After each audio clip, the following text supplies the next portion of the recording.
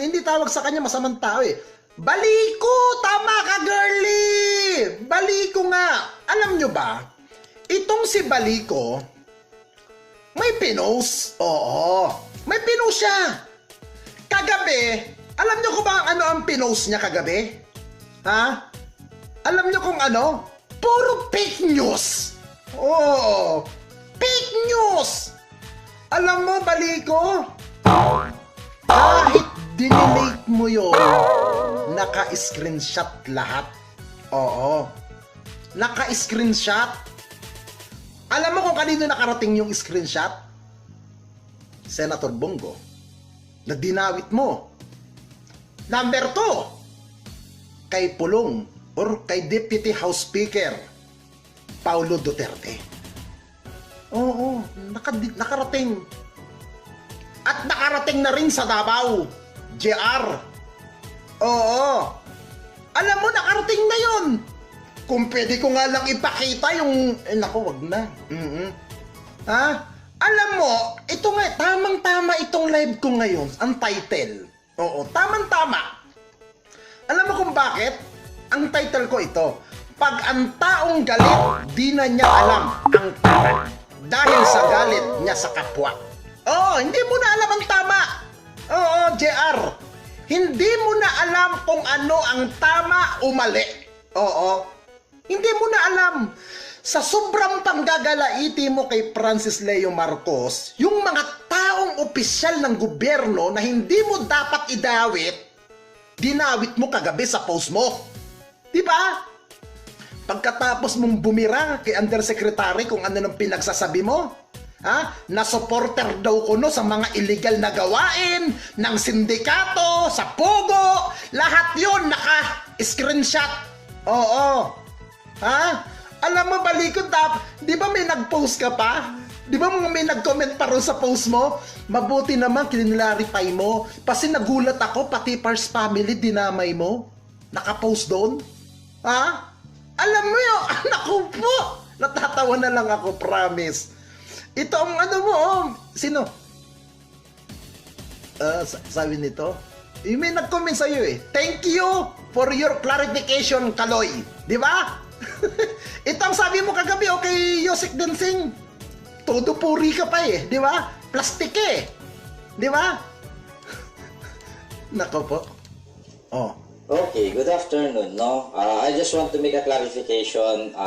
Siguro mapapansin nyo, meron akong binurang postings, eh, no? Yes! Dahil it creates,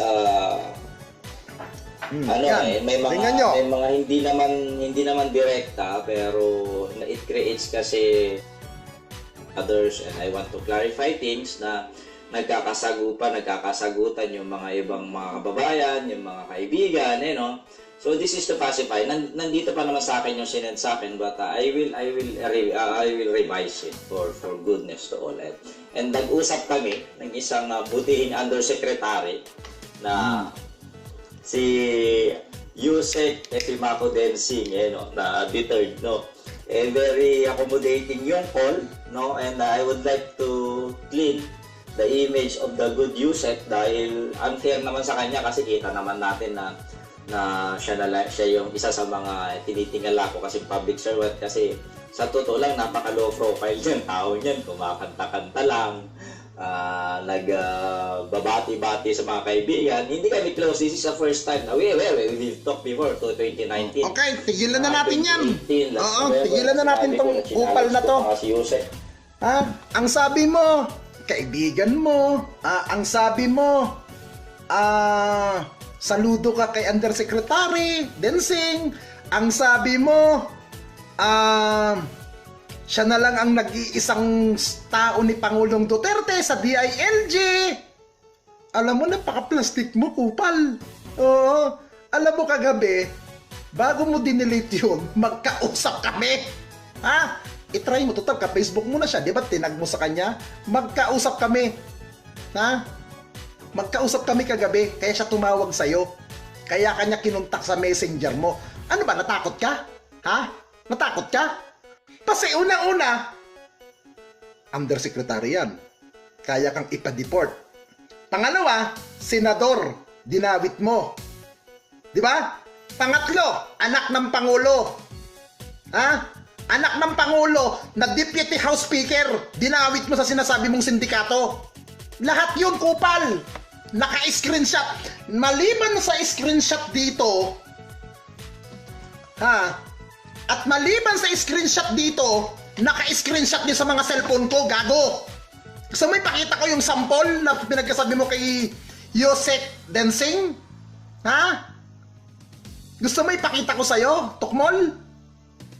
Tapos sasabihin mo sa live mo dyan na nagpa-public apology ka na at may clarification dahil doon sa pinost mo na dinelete mo. Bakit? Ngayon mo na ba naisip? Ha? Na dinawit mo ang first family rito sa katarantaduhan mo? Ha? Ha? Iyan ang problema sa isang kagaya mong kupal. Galit ka kay Francis, hindi mo na alam ang sarili mo kung sino-sino ang idadamay mo. Ha? Lahat yung gago, naka-screenshot. At sinabi rin sa akin ni Yosek Denseng, ninyo lahat i-screenshot mo yan. Gago, nakakuha lahat ako. Ha? Pati yung pinagbibitawan mong salita, ha? Yung mga binitawan mong words kay Senator Bongo, pati yung kay Pulong, ha? Ha? Naka-screenshot lahat, gago. Ito mula sa number 1. 'Di ba screenshot, 'di ba post mo 'yan? Ini-screenshot ko na lahat, gago. Ayan pangalan mo lumalabas diyan na ikaw ang nagpo-post niyan. 'di ba? 17 pa lang 'yan. Ilang number to? 30 plus 2 Kupal na to. Ha? Akala mo, gusto mo isa-isahin ko, pero hindi na. Masiselan yung mga bilanggit mo rito about do sa mga opisyal ng gobyerno Oo. Ha? Sumusuporta ka ba, Baliko? Kasi kung sumusuporta ka, ang tanong ko ganito, bakit mo pinost yung dinamay ang anak ng Pangulo dito? Bakit nyo dinamay ang anak ng Pangulo? Ayan, nandiyan si Maricon, doktora. Pati si Maricon, di mo naman kaawayin, dinamay-damay mo. Ano yung mga conversation nyo ron? Ha? Na sinasabi ninyo ang bag woman ng family ng Pangulo, si Maricon? Yun ang pinagkasabi nyo sa mga post nyo kagabi. Ha? Lahat yun, naka-screenshot, Baliko. Ha? Ang sabi ko nga, hindi mo kayang i-deny yun, gago. Naka-video lahat ng mga conversation nyo kagabi. Ha? Na in-screenshot mo, kabubuhan mo, ito, bibigyan pa kita. Ha? Bibigyan pa kita, gago. Ha? Yung sinabi mo na nakaano? Alam mo, hindi ko na ipapakita kay Senator Bongo kung sino pa mga pinurwadan ko Pero nakarating na sa kanya, gago. Hindi ko na nasabihin sa'yo kung anong reaksyon niya. Sa akin, akong dikdikin mo, akong banatan mo, walang problema sa akin. Pero wag kang magdadamay na kung sino-sinong mga tao. Ha? Wag kang magdadamay. Ha? Tapos sasabihin mo dun sa post mo kagabi, pasensya dahil nag-delete ako ng post? Bakit? Naisip mo na ba ngayon na pati ang anak ng Pangulo dinawit ninyo? Ha? Tarantado ka? Ha? Pare, maalam mo namang Baliko. Ito, papakita ko sa iyo yung video na kung saan na sinasabi mo, baka sabihin mo, baka mamaya. Ha? Baka mamaya mag-deny ka Di ba? Baka mag-deny ka na hindi ka nagpo-post ng ganyan dahil dinelete mo na Di ba? Uulitin ko sa iyo, kupal. Naka-screenshot lahat. Ito pa yung isa, Tignan mo to. Yan. Ayan, di ba? Yan ang post mo kagabi. Ha?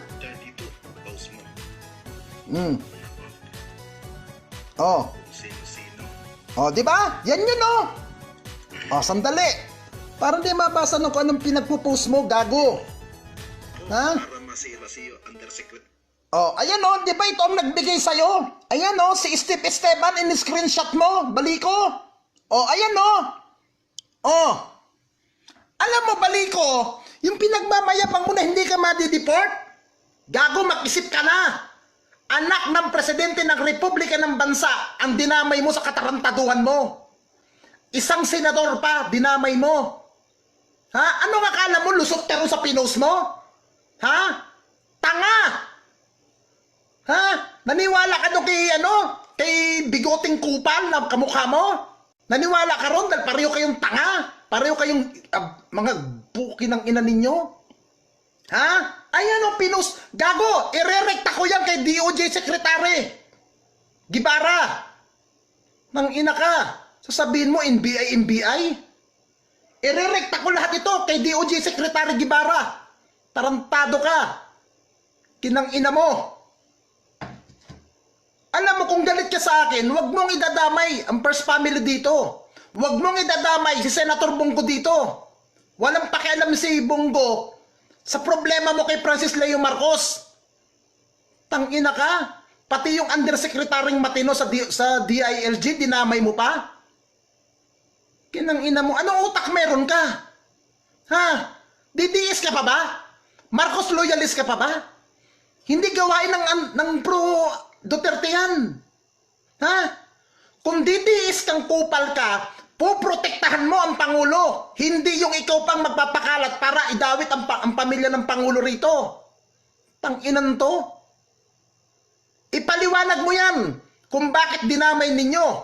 Ngayon, aminin mo na kung sino ang nagbigay ng import. Ito, alam na namin kung sino nagbigay sa iyo si Steve Esteban. Itong si Steve Esteban, para po sa kaalaman ng lahat, kasama namin to sa DDS movement. Hindi pa po tumatakbo si Pangulong Duterte. Aktibo po ito. Aktibo. Na kung saan sinasabi mo, Steve, doon sa post ninyo, ikaw ang dahilan kaya na-appoint si Yosek Densing bilang DILG Undersecretary ASEC at ngayon, Undersecretary. Ikaw ang dahilan. Kupal. Alam ko ang pangyayari ng mga panahon na yon. Sana balikoy pagdasal mo na hindi nakuha ng mga kalaban ng administrasyon yun dahil yung pwedeng gamitin yun laban sa administrasyon. Ha? Sana hindi nakuha. Sana hindi nakita yun. Tarantado ka. Ha? Tangina ka, nagpapakilala ka, DDS supporter ka, Marcos loyalist ka. Ha? Alam mo, ang sabi ko nga, kung may atraso man si Francis Leo Marcos, kung may kaso man siya sa batas, pabayaan natin ang batas ang humusga. Diba? Pabayaan natin ang husgado. Hindi yung pinaggagawa mo na pinagdadamay mo lahat kung sino-sino. Ngayon, papakilala ka, supporter ka ng Pangulo. Kagabi, ang ganda ng pinagkasabi mo kay Densing kagabi sa video mo Parang walang nangyari, no? Na-post mo? Ha? Kaya shout out mo, hindi ko napapangalanan. Doon sa OFW na nagbigay ng sa akin kagabi. Alam mo, kabayan, maraming salamat talaga. Maraming salamat. Oo. Hindi na kita i-mention. Hindi na kita i-mention. Talagang nag-import pa yung OFW, tinawagan pa talaga ako sa cellphone ko. Una nga sinabi ko, hindi na ako interesado dyan. Sabi niya, hindi boss. Dinamay dito ang first family na kinunik kay Francis Leo. Doon ako nagka-interest. Kaya buti na lang, chinik ko kaagad. At kagabi nung tinawagan ko si Undersecretary Ipimako Densing ng DILG, biglang binigay ko na rin ang Facebook mo. Ayan. Tiklop ka pala Di ba? Yan ang cybercrime na ginawa mo. Sabi mo, cybercrime yung ginagawa. Fake news. Itong pagdawit mo sa anak ng Pangulo, hindi ba malaking fake news yan? Ano ba talaga? Baliko, DDS ka? O antay ka? O pakawala ka rin ng kalaban? Bakit? Ito pa, sinabi mo, milyon-milyon ang kinita ng mga opisyal ng samahan ng MRRD. Alam mo ba kung anong reaksyon ni Secretary Mamudjong? Galit na galit sa'yo. Galit na galit yung mama. Alam mo kung si Francis Leo maaaring walang kakayahan na magpa-deport na isang kagaya mo? Alam mo, tayuan ka na ng balahibo mo, Baliko. Anak na ng Pangulo. Ang binangga mo kagabi. Senador, Undersecretary, organisasyon ng original DDS group ang binangga mo kagabi. Ha? Magsama kayo ni Kupal Steve Esteban. Ha? Magsama kayong dalawa. Panindigan mo.